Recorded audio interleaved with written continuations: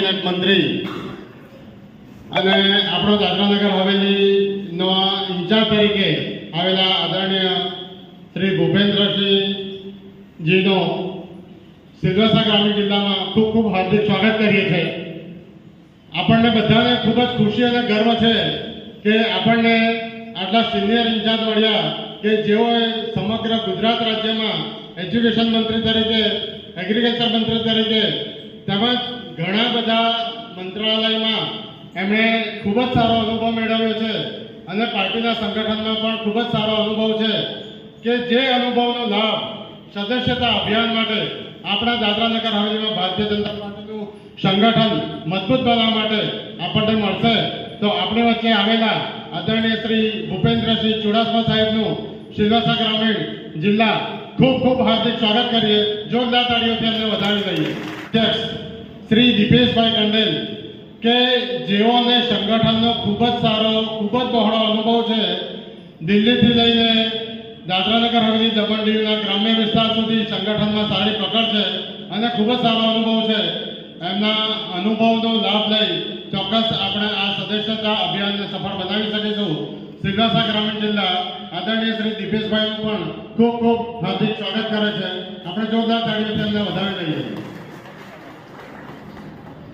એમની સાથે આપણી વચ્ચે ઉપસ્થિત છે આપણા સમગ્ર પ્રદેશના લોકલાડીલા નેતા, લોકલાડીલા સાંસદ એવા આદરણીય કલાબેન મોહનભાઈ ડેલકરજી કે જેઓ બીજી વખત આપણે આ પ્રદેશમાંથી ખૂબ જ સારી લીડથી જીત્યા છે અને જેમણે રેકોર્ડ કર્યો છે કે સિલવાસા ગ્રામીણ જિલ્લામાં સૌથી વધારે મત મેળવ્યા અને સૌથી વધારે લોકોને ભારતીય જનતા પાર્ટી સાથે જોડી શક્યા. આપણને બધાને ખૂબ જ ખુશી અને ગર્વ છે કે કલાબેનનો સાંસદ તરીકે આપણને ખૂબ જ સારું માર્ગદર્શન મળશે અને ચોક્કસ આપણે સિલવાસા ગ્રામીણ જિલ્લામાં સારામાં સારું સંગઠન બનાવી શકીશું અને 100% લોકોને ભારતીય જનતા પાર્ટી સાથે જોડી શકીશું. આપણે બધા મળી જોરદાર તાળીઓથી આદરણીય કલાબેન ડેલકરને વધાવી દઈએ. પાર્ટીનો ઘણો મહત્વનો કાર્યક્રમ છે અને આવા મહત્વના કાર્યક્રમને સફળ અને પરિણામલક્ષી બનાવવા આપણી વચ્ચે કેન્દ્રથી નિયુક્ત થયેલા ગુજરાત સરકારના 7 વખતના કેબિનેટ મંત્રી શ્રી ભૂપેન્દ્રસિંહ ચુડાસમાજી, આ વિસ્તારની લોકપ્રિય સાંસદ શ્રીમતી કલાબેન મોહનભાઈ ડેલકરજી, જિલ્લા પંચાયતના બહુ મહત્વનું કાર્ય છે. 6 વર્ષે પાર્ટી બદલાવ લાવે છે. બૂથના પ્રમુખ અને બૂથની ટીમ, મંડળના પ્રમુખ અને મંડળની ટીમ, જિલ્લાના પ્રમુખ, જિલ્લાની ટીમ, પ્રદેશના પ્રમુખ અને પ્રદેશની ટીમ, મોરચા, પ્રકોષ્ઠ. અને આ બદલાવ માટે આપણે જ કાર્ય કરવાની જવાબદારી છે.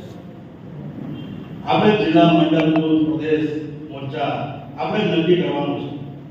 આપણે જ લોકોને જોવાનું છે અને એટલા માટે આ સદસ્યતા અભિયાન આ કાર્યક્રમમાં આપણે દરેક જાતિના લોકોને જોડવાનું છે. ચાહે ટ્રાઇબલ હોય, ચાહે એસસી હોય, ચાહે ઓબીસી હોય, ચાહે પરપ્રાંતીય હોય, ચાહે રાજપૂત હોય, ચાહે દેસાઈ હોય, દરેક જેટલા બી લોકો દાદરાનગર હવેલીમાં રહેતા હોય એવા દરેક વર્ગના લોકોને જોડવાનું છે. ચાહે વેપારી હોય, ચાહે ઇન્ડસ્ટ્રીઝ હોય, ચાહે એન્જિનિયર હોય, ચાહે એડવોકેટ્સ હોય, આ બધા જ લોકોને જોડીને આપણા પાર્ટીને સર્વવ્યાપી અને સર્વસમાવેશી બનાવવાનું છે. એના માટેનું અભિયાન છે અને અભિયાન એવા સમય આવ્યો છે જ્યારે લોકસભામાં આપણે જબરદસ્ત વિજય લીધો છે અને આવનારા 12 મહિના પછી પાછું જિલ્લા પંચાયત, નગરપાલિકા, સરપંચ અને સભ્યોનો ચુનાવ આવ્યો છે. એટલે એક રીતે જોવા જઈએ તો આપણે દરેક લોકો માટે એક વિશેષ તકની છે.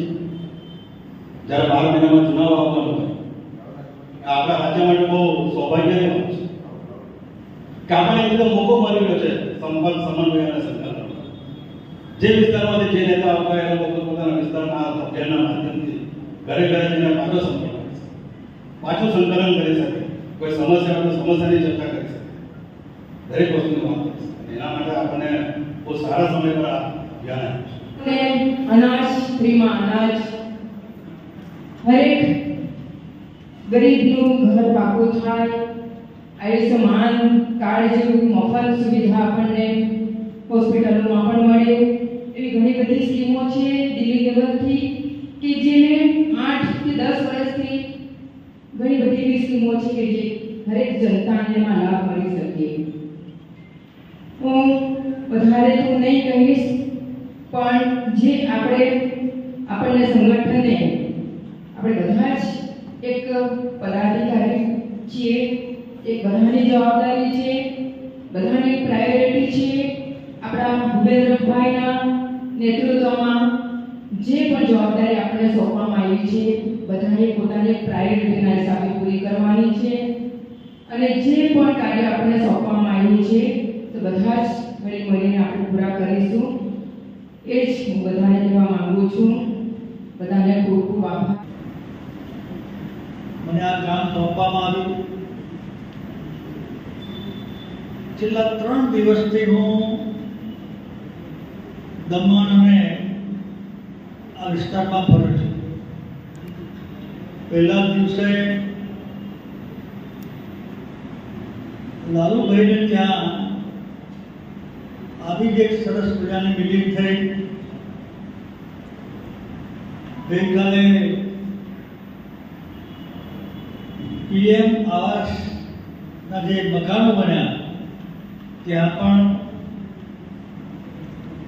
ખૂબ મોટી સંખ્યામાં બપોરના સમયે ખૂબ મોટી મિટિંગ થઈ. આજે પણ અમે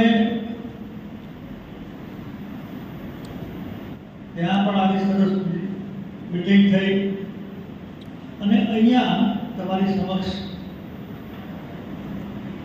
આમ મારો અનુભવ છે